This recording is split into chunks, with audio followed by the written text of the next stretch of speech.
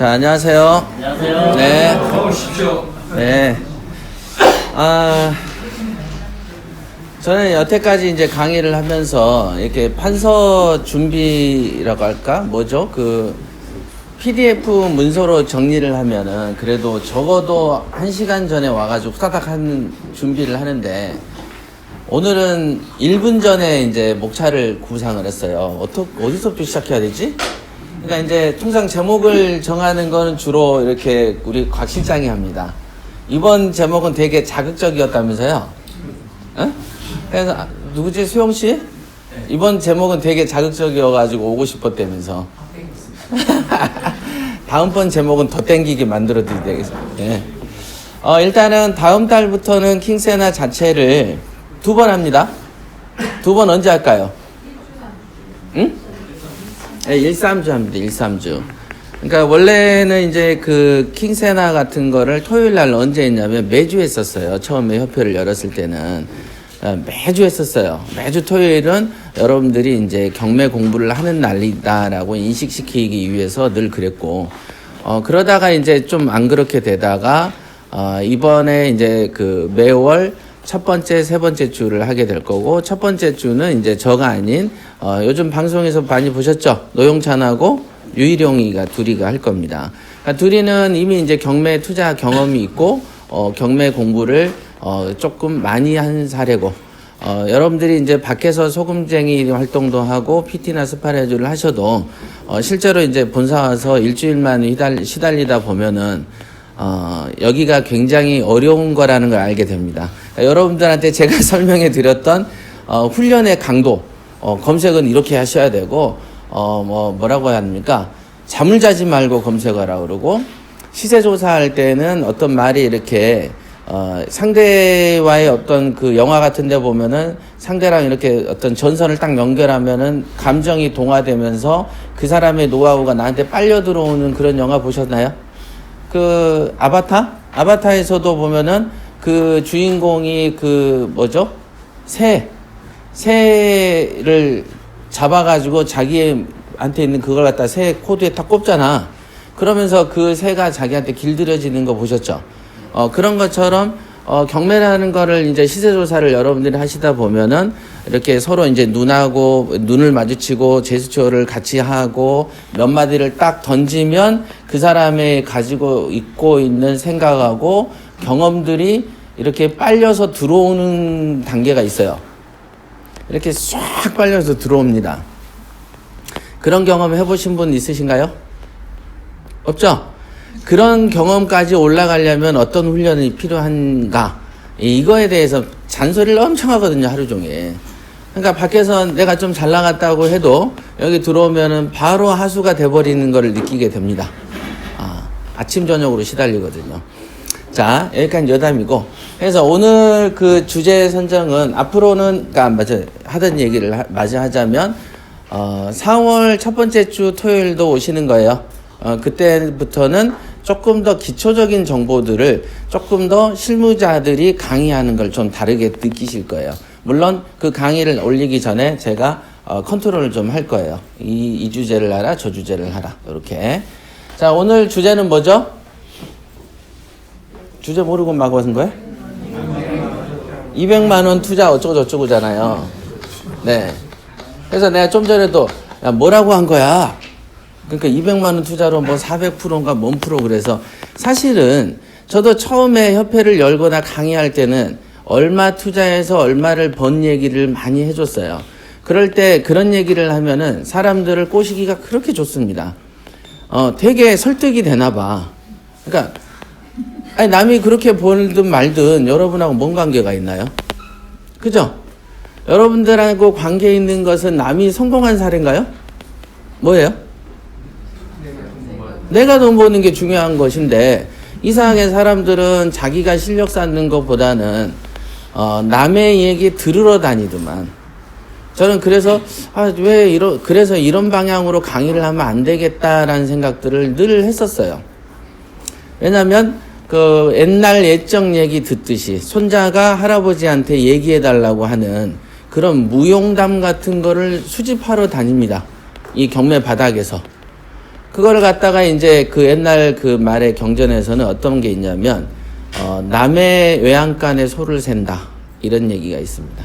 그러니까 자기 집에 소를 키울 생각을 해야 되는데, 남의 집에서 키워지는 소의 숫자를 세러 돌아다니는 사람이 있어요. 그러면 돼요, 안 돼요? 안 되지. 그러면 성공 사례가 그러면 필요 없는 겁니까?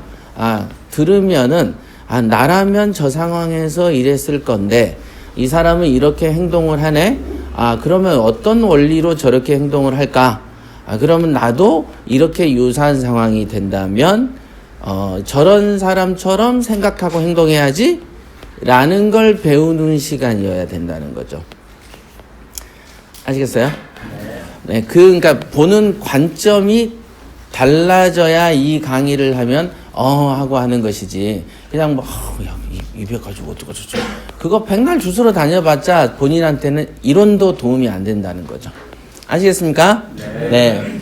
그래서 저는 이런 어떤 자극적인 주제를 잘 선호하지 않는데, 이번에는 이제 투자 얘기를 하자. 그래가지고, 이 건은 첫째가 상가 투자입니다. 상가 투자. 빌라 같은 경우를 처음에 저도 투자를 많이 했었어요. 제일 초보자일 때 손대기 제일 만만한 게 빌라입니다. 그러고 제일 만만하거든요. 어떤 점이 만만할까요? 조사가 쉽다고 생각하시잖아. 근데 다른 경매하는 데서는 아파트가 제일 쉽고 빌라는 시세 조사가 어려워서 손대지 않아야 된다라고 가르칩니다. 그런데도 많아요. 근데 이제 시세 조사가 쉽다. 또 그렇죠. 돈이 적게 들어가. 아파트는 좀 돈이 좀 많이 들어가요. 작은 중소형도 좀 많이 들어간 편에 속해요. 그 지방에 아파트 싸구려가 있어도 그 지방에 빌라보단 많이 들어가. 맞죠? 돈이 좀 적게 들어간다는 점. 자, 돈이 적게 들어가니까 경매 초보자들의 생각들은 어떤 생각이 있습니까? 처음에 내가 가진 돈에 풀베팅 하기 원합니까? 찔끔 테스트 해보길 원합니까? 그렇지. 그러니까 찔끔 테스트 할 수 있는 나의 작은 돈으로 손쉽게 들어가기 제일 만만한 장소가 빌라죠. 그런데 그때 옛날에 빌라를 막 살 때도 어떤 얘기가 있냐면, 아파트는 팔면 즉시 현금이 되는데 빌라는 현금이 안 된다. 이런 얘기들이 있었고, 또 빌라는 사면 떨어진다라는 또 얘기들이 만만치 않게 있었어요. 그럼 그 얘기는 지금만 있냐? 18년 전에도 그 얘기를 했었습니다. 마치 지구의 종말론은 200년 전, 300년 전, 옛날에 1000년 전에도 지구가 종말이 온다라고 했었거든요. 아시나요? 계속 있어. 한 20-30년 이후에도 이제 종말 얘기 또 나올 거예요. 이제 자연재해가 극심해질 거 아니겠어요. 그죠? 금년에 되게 추웠잖아요. 그러니까 그런 형태로 대부분의 어떤 편견들이 또 크게 서 있어요. 투자하면 망한다. 투자하면 내려간다. 그 다음에 황금성이 없다. 이런 게 있고. 그렇다고 해서 여기는 또 적은 돈으로 찔끔 테스트 해보기 좋다. 그 다음에, 제일 하기가 만만하죠. 되게 만만해요, 빌라가 사실은. 그런데 여기에서 말 언급했던 시세조사가 어렵다, 쉽다, 이거는 개인차가 좀 있어요. 그러니까 아파트 같은 경우에 시세조사에 길이 들은 사람은 빌라는 시세조사가 진짜 어렵다라고 얘기합니다. 어렵다. 야, 이거는 왜 그러냐면은 여러분들이 빌라를 사기 위해서 부동산에 전화를 막 돌리다 보면 부동산 업자가 모른다라는 얘기를 많이 하거든요. 아파트는 거래된 사례들이 어느 정도 있는데 빌라는 모른다, 그럴 것이다, 저럴 것이다 수준이지 여러분들의 마음을 안심시켜 줄 정도로 얘기를 하지 않습니다. 항상 그래. 그러니까 그래서 제일 만만한 게 빌라를 먼저 투자를 했어요, 저도. 그럼 빌라를 막 투자했을 때 그런 리스크들, 아까 언급됐던 떨어진다, 돈이 안 된다, 이런 거를 극복하게 할 수 있었던 장점은 뭘까요? 제가 생각했던 장점은? 돈이 찌끔 들어간다. 또 싸게 산다. 많은 사람들이 그런 사고방식으로 빌라를 기피하기 때문에 오히려 빌라는 경쟁률이 떨어지더라는 거죠. 그러니까 많은 사람이 아파트 병에 빠지다 보니까 그 당시 아파트 병이 지금보다 심각했었어요. 그래서 저는 이제 컨설팅을 해서 상담을 할 때 딱 앉잖아. 그럼 대번에 하는 말이 고수익 아파트를 사고 싶다 그래. 그럼 아파트는 90% 이상 낙찰되는 거 아시나요? 네. 근데 90이 아니잖아요. 90%의 낙찰이 돼도 이전비 주고 나면 5%나 6%나 된단 말이죠. 그러니까 원래 이렇게 여기는 돈 버는 자리가 아닌데 왜 자꾸 아파트를 선호하십니까? 해도 그때 나오는 건 뭐예요? 황금성이 좋아서요. 그러면 황금성이 좋으면은 은행에 넣어놓고 매달 필요할 때 뺏어 쓰지 뭐하러 집에 넣었다가 돌아오게 합니까? 라고 하면 그거는 돈이 안 되잖아요. 그러면 돈이 90%에 낙찰되니까 돈이 안 되잖아요. 그럼 황금성이 좋잖아요. 그러면 황금성이 좋아서 예금을 하십시오. 그러면 그건 돈이 안 되잖아요. 미치는 거야 이게. 그게 병이 심각한 사람이 있었어요. 근데 또 경매의 또 매력이라는 것은 큰 돈 가진 사람이 경매에 뛰어들지 않습니다. 그 말은 뭐예요? 큰 돈을 갖고 돈을 좀 이리저리 벌어보면은 경매라는 거가 좀 험하다라고 인식을 해요. 뭔 돈 버는데 이렇게 손에 딱 물 묻히고 뭐 생선 냄새 비린내 나고 뭐 이래야 돼? 고상하게 그림에서 갤러리 가서 그림 보면서 돈 벌면 되지. 그게 이제 우리가 흔히 아는 그 당시에 줄 서서 분양받고 분양 프리미엄 주고 팔고 요런 게 강남에서 일어나는 분양시장이었죠. 지금도 오늘 아침 뉴스 보니까 개포동 아파트가 뭐 2,000세대가 분양을 하는데 거기가 이제 큰 돈을 번다 해서 줄을 섰잖아요. 그런 류의 분양시장은 그래도 이게 좀 있는 사람이 가는 거야. 맞죠? 그런데 경매는 이게 어정쩡하게 있어. 그 사람들이 선택하기 제일 만만한 거죠. 무슨 말씀인지 아시겠어요? 그러니까 즉 돈은 벌고 싶어도 내가 가진 돈이 적기 때문에 다분한 리스크하고 피곤함이 감수돼야만 되는 어정쩡한 사람이 들어오는 데가 어디다? 경매다. 큰 돈 가진 사람이 들어오기에는 경매라는 시장이 옛날부터 편견이 가득 차 있었기 때문에 잘 안 들어왔죠. 그러나 지금 적은 돈에서부터 경매를 키워서 큰 돈이 벌린 사람이 나중에 큰 돈이 이제 된 상태에서 경매를 하면은 그 효과가 얼마나 커지겠습니까? 이해되세요? 이게 제 말이? 네. 그러니까 애초에 큰 돈 든 사람은 경매 안 들어오고 작은 돈으로 경매에서 닦아서 큰 돈 된 사람은 나중에는 더 벌게 되는 시장인 거죠. 그렇게 인식하시면 돼요. 그래서 이제 빌라를 이제 선호하게 된 원인은 놔두면 저절로 오르던 시제에 제가 샀잖아요. 그때는 오늘 사면 내일 팔아도 시세 차익을 많이 보고 팔았던 시절이에요. 그리고 시세 차익을 만지고 있어도 누군가를 오늘 만나면은 빌라는 떨어지잖아요 라는 얘기를 계속 듣는 이상한 모순된 현상들을 많이 겪었어요. 여러분들 보면 정치인들이 분명히 앞에서 뇌물 받아도 어떤 놈은 칭찬하고 어떤 놈은 막 욕하고 그러죠. 이상하지 않으셨어요? 그게? 분명히 뇌물을 받으면 100이면 100 다 나쁜 놈이라고 손가락질을 해야 되는데 이상하게 우리나라 정치 보면은 누구는 욕하는데 누구 칭찬하죠? 그럴 수 있지 그러잖아. 그 이상하지 않으셨어요? 그런 것처럼 빌라로 직접 돈을 벌어가지고 눈앞에서 돈을 벌고 건물이 커가고 살림이 점점 나아지는 거를 눈에 보여줘도 빌라는 떨어지잖아요 라고 얘기하는 사람들을 앞에서 보게 된다는 거죠. 그래서 그때 제가 더 떠올랐던 생각이 돈을 못 버는 이유는 제일 간단한 뭐가 있구나. 제정신이 아니구나. 이게 맨정신만 가지면은 돈을 버는데 사람들이 하나의 현상을 왜곡되게 바라보는구나. 그래서 돈을 못 번다. 그걸 많이 깨닫게 됐죠. 여기까지 재밌으세요? 네. 그래서 그럼 왜 사람들이 이렇게 빌라로 돈을 버는데도 안 번다 그러고 버는데도 떨어질 거라고 그러고 왜 혼자 저럴까? 그 다음에 좋아하는 아파트는 아파트 이전 단계에 뭐였었죠? 아파트가 어느 날 호련히 딱 땅에서 생겼나요? 그 전에 뭐였었어요? 빌라였지. 빌라는 그 전에 뭐였죠? 주택이었다 이거다. 그러니까 맨 땅에서 아파트 짓는 경우도 있지만 실제로 우리가 돈이 되는 경우는 다 좀 이렇게 재건축하고 막 쓸고 일정하게 그 도로도 닦여 있고 아파트 지하철도 닦여 있고 문화시설도 있고 학교도 있는 지역에 빌라나 단독을 부시고 아파트를 지을 때 그게 비싸게 팔리잖아요. 그죠? 송도 같은 데다가 훤한 데다가 집을 지어놓으니까 올라요, 안 올라요? 안 올랐잖아. 송도에 투자한 사람이 거의 피를 봤잖아요.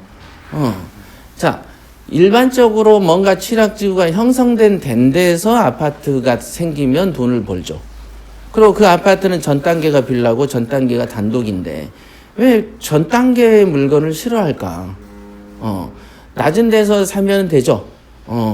경매는 원래 낮은 데서 사는 게 원칙이고 싸게 살라고 들어와 놓고서도 이상하게 높은 데에 올라가서 또 이렇게 물건을 또 돈을 벌려고 하니까 몸에가 모순이 쌓여 있는 거예요. 일치가 안 돼. 그죠? 우리가 그런 거 있잖아요. 부모님들이 자식의 행복을 제일 원한다 그러죠? 그래 놓고 공부 안 하면 뒤지게 갈구잖아. 그러면 아이가 아파트에서 떨어지면 그때 가서 뭐라고 합니까? 나는 너가 행복하길 원했는데 이런단 말이야. 그죠? 행복하길 원한다고 하면은 애가 싫어하는 짓을 안 시키면 되잖아요. 좋아하는 걸 시키면 되는데 뭐라고 합니까? 너를 위해서라고 얘기하잖아요. 그래서 공부를 엄청나게 힘들게 하죠. 그 다음 너를 위해서 사귀는 여자랑 헤어져야 돼, 너는. 왜? 내 마음에 안 드니까. 하지만 너를 위해서인 거야. 이해돼요? 이런 류의 모순들이 집에서 있다가 어디로 온 거예요? 경매시장으로 들어오는 거야. 그러니까 생각부터 잘못된 사람들이 경매로 옮겨 다닌다고 해서 돈을 벌 턱이 없다 이런 거죠. 그죠? 옮겨올 때는 이 머리를 세탁을 하고 들어와야 돼. 경매에서 돈을 벌려면. 그러니까 집에서 여태 하던 짓을 해야 돼요, 안 해야 돼요? 안 해야 돼. 생각을 끊어내야 되는 게 제일 중요합니다. 경매에서 돈을 벌려면 그동안에 하던 행동이 다 끊어져야 돼요. 마치 절에 들어가는 것 같이 끊어야 돼. 절에 들어갈 때 어떻게 합니까? 머리 밀어버리죠. 그 다음 또한 뭐 합니까? 옷도 바꿔 입죠? 옷도 색깔 있는 거 넣어요? 없는 거 넣어요? 없는 거 입어야 돼. 색 있는 걸 자꾸 보면은 속세의 생각이 나거든. 색깔도 이렇게 좀 먹색으로 가져야 되고, 그 다음에 밥도 어때야 돼요? 맛있는 거 먹어야 돼요? 맛없는 거 먹어야 돼? 그래야지 우리가 끊어져요. 그러니까 여러분들이 경매 이전 단계에 어떤 행동을 했는가를 끊어내면 그 다음에 자연스럽게 이 물건이 좋구나 이런 게 보입니다. 오케이? 자, 몇 가지 예를 들었어요. 그러면 왜 그 얘기를 들었냐? 뭘 샀다 했죠? 상가를 샀다는 거죠. 빌라만 해도 아까 말한 것처럼 사면 떨어져 어째저째가 막 되게 많은데 상가는 또 뭐가 있습니까? 상가의 단점? 공실이다, 이 공실. 각 물건마다 공포들이 되게 많이 있어요. 빌라는 이 공포가 있고 아파트는 저 공포가 있고 또 아파트는 오를 거는 같고 장점은 있는데 사놓으면 세가 안 나와 별로. 상가 1억짜리를 사놓으면은 예를 들면 한 60만 원 받을 거를 아파트 1억짜리를 사놓으면 한 30만 원 받고 그런단 말이에요. 아파트 5억짜리를 사놓으면은 상가에 5억짜리 산 만큼 월세를 많이 받아야 되는데 월세가 어때요? 적어. 여긴 주거용이기 때문에 주거용은 항상 월세가 좀 낮습니다. 그러니까 아파트 5억짜리 사는 것보다 1억짜리 빌라를 5개를 사서 월세 받으면 훨씬 더 이득이 큽니다. 그 다음에 이거를 아예 아파트라는 사면 떨어진다는 생각을 잊어버리고 요게 나중에 성장해서 아파트가 될 놈이 5개가 존재한다고 인식하면 좋은데 생각 한 번만 바꾸면 금방 돈이 되거든요. 이렇게 생각하면 돼. 그럼 상가는 공실이 제일 약점이라면 제일 장점은 뭘까요?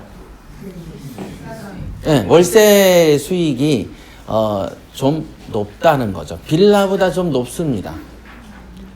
똑같은 빌라 1억짜리랑 상가 1억짜리랑 월세 받는 수준이 상가가 더 높습니다. 자, 공실은 높은데 공실률이 높아지는 리스크가 있고 대신 장점이라면 월세를 받는 비중이 좀 높죠. 높아. 월세를 되게 많이 올려받을 수가 있어요. 물론 이제 극명한 차이가 나는 건 압구정동 뭐 이런 데죠. 가로수길 같은데 어마어마한 데잖아요. 이번에 그 애플이죠. 미국의 애플사가 가로수길에 이제 회사를 직영점을 차렸어요. 처음으로. 근데 그 건물에 세를 드는데 60년치인가? 이자를 준 거, 그 월세 준 거 아세요? 섰나? 60년. 중간에 그 건물주가 변심해서 나가라 그러면 이 큰 사업이 비틀리잖아. 또 딴 데로 옮겨 다녀야 되면 명소라는 개념이 없어지잖아요. 60년치를 한 번에 줬는데 월세가 600억인가? 600억인가 돼요. 한번 인터넷 쳐보면 나올 거예요. 그러니까 그 건물주는 그냥 앉아서 월세 수입만 600억인가 100억인가 뭐 해도 되던데 얼마야? 검색해봐야지. 한 번에 그렇게 줘요. 그래서 속으로 또 그 생각을 했죠. 야, 누구는 참 그 부모 잘 만나서, 항상 우리 하는 말 있잖아요. 누구는 부모 잘 만나서 건물을 저렇게 해서 물려받아서 한 번에 월세 수입만 이렇게 받고. 얼마예요? 월세 수입? 600억 맞아요? 60년 맞아요? 20년? 20년? 와, 20년밖에 안 되는데 600억이에요. 한 해에 30억씩인가? 월세가. 죽이죠? 그런 건물이 있으면은 뭐 로또가 안 부럽지. 그러니까 여러분들도 그런 건물을 계속 사세요. 왜 웃어? 축원을 해주는데.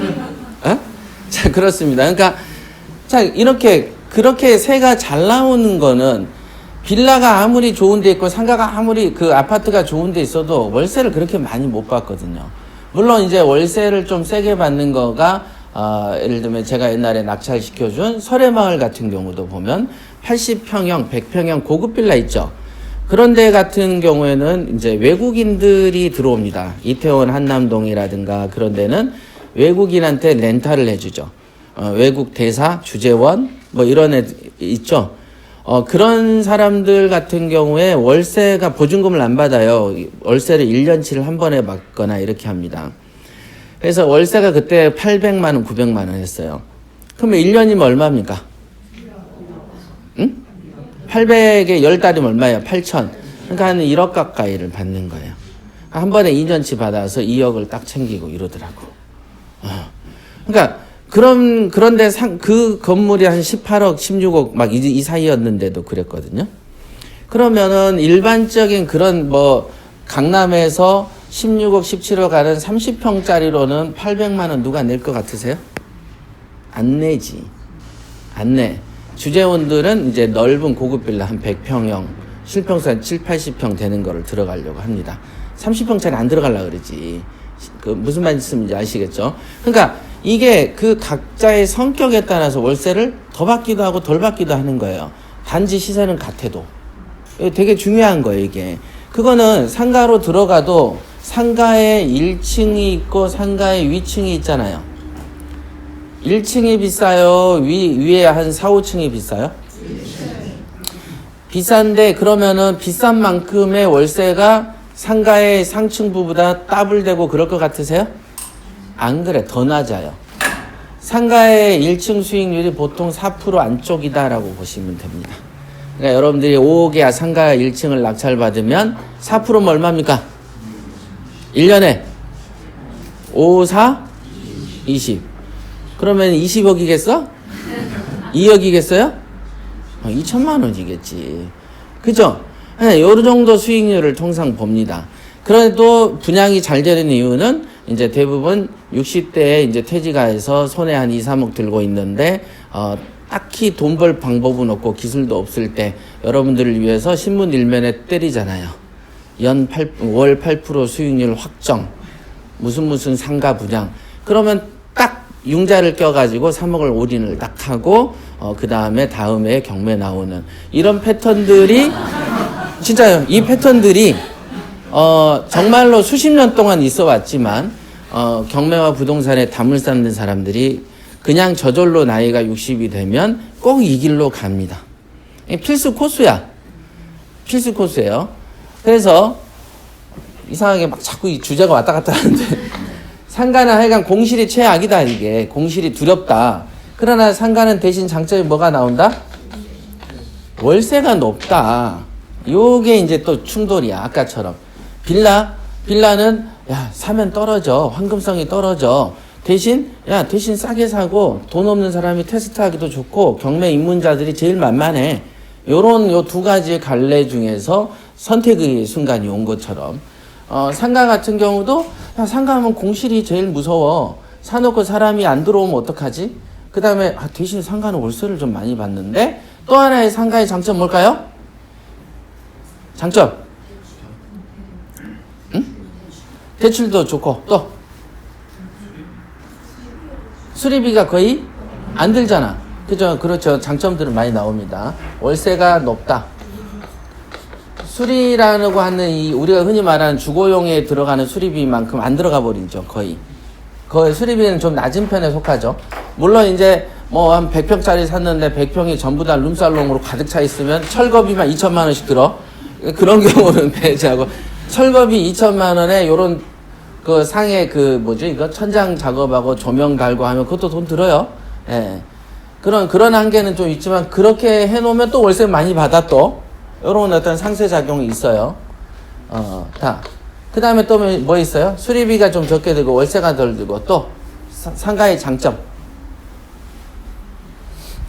시세조사가 어떨까? 공실률이 높고 시세조사는 어렵다라고 인식합니다. 다 누구나. 공실이 높다. 요게 대표적인 단점이죠. 상가는 공실률이 높고 뭐가 어렵다? 시세조사가 어렵다. 자, 시세조사가 어렵기 때문에 장점은 뭐가 생길까요? 경쟁률이 낮다. 맞죠? 자, 그러니까 이렇게 장점과 단점이 섞여 있는 거예요. 장점과 단점이 시세조사가 어렵기 때문에 오히려 또 경쟁률이 낮아져 버린 점이 있어요. 오히려. 그러니까 뭡니까? 아까 빌라보다 더 싸게 사게 된다는 거예요. 빌라는 아무리 경쟁률이 좀 낮아도 여기는 살림을 하는 집이잖아요. 그렇기 때문에 필수적인 재화에 속하죠. 그죠? 그러니까 집 없이는 못 살잖아요.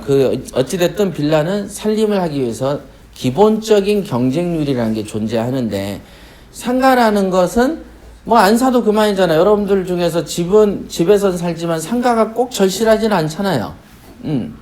그러니까 상가 자체가 갖고 있는 경쟁률은 좀 매우 낮은 편에 속해요. 매우 낮다 보니까 낮은 금액에 먹게 되죠. 그죠? 낮은 금액에 먹을 확률이 높아져요. 그래서 시세 차익이나 월세 차익이 커지는 자리가 어디다? 상가다 이게. 그러니까 여러분들이 이게 사실은 돈 욕심 때문에 경매에 관심 있는 거잖아요. 그죠? 돈 욕심이 아무것도 없는데 여기가 그 서울 뭐 문화회관에 무슨 화랑이라고 하면 여러분들 이렇게 오시겠어요 아침에? 생전에 그림 보러 안 다니잖아. 근데 돈 버는 얘기 한다니까 그냥 아침부터 그냥 온 거잖아요. 맞죠? 똑같다 이게. 우린 돈 때문에 하는 건데 돈 버는 욕심이 강하면 요 특징들이 있으니까 요거를 사실 좋아해야 만만한 거고 정상적인 건데 여러분들은 이상하게 상가는 아까 말한 대로 경쟁률이 낮다는 뜻은 뭡니까? 상가에 투자를 안 한다는 얘기 아닌가요? 왜 안 할까요? 돈도 더 됐는데. 이유. 공실이 높아져서 이게 요거야? 요거? 시세조사가 어려운 거를 극복하는 방법은 뭡니까? 응? 시세조사가 어렵다. 저걸 극복하는 방법. 실력을 높이면 되잖아. 조사 실력을 높이면 되잖아요. 그죠? 공실이 높은 거 어떻게 극복하죠? 싸게 내놓으면 되잖아. 싸게 내놓으면. 아니 100만 원 받을 거 한 80 내놓으면은 아무래도 공실률이 높았던 게 상가의 세입자가 찰 확률이 높아지잖아요. 아, 그렇구나. 그러니까 경쟁률이 낮은 거를 낮은 금액에 사가지고 자신 없으면 세를 좀 강하게 받지 말고 좀 싸게 받아가지고 사람을 안 치자라는 전략을 쓸 수 있겠네.